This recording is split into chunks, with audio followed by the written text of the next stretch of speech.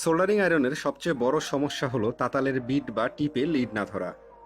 আর lead না ধরার সবচেয়ে বড় কারণ হলো তাতালের বিট অপরিষ্কার থাকা।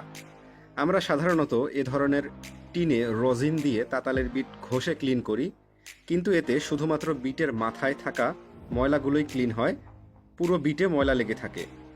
এখানে যেমন চকচকে দেখাচ্ছে এমন চকচকে থাকবে না কিন্তু। আর এজন্যই প্রয়োজন একটি ভালো মানের সোল্ডারিং বিট ক্লিনারের। এতে তাতালের সোল্ডারিং আয়রনের মাথা দিয়ে একটু ঘষলেই দেখবেন বিট একদম ক্লিন হয়ে গেছে। বাইরে লেগে থাকা অতিরিক্ত ময়লা সব পড়ে যাবে, সোল্ডারিং আয়রন বিট থাকবে একদম চকচকে ও সহজেই লিড গলে যাবে। আর এখানে যে মাজনির মতো জিনিসটা দেখতে পাচ্ছেন, এটি কিন্তু বাসা বাড়ির নর্মাল মাজনির মতো নয়, এটি সম্পূর্ণ মেটাল বিল্ড, তাই অনেক ভালো টিকসই হবে। এটি কিনেছিলাম দারাজ থেকে, কেনার লিঙ্ক দিয়ে দেবো ডেসক্রিপশনে।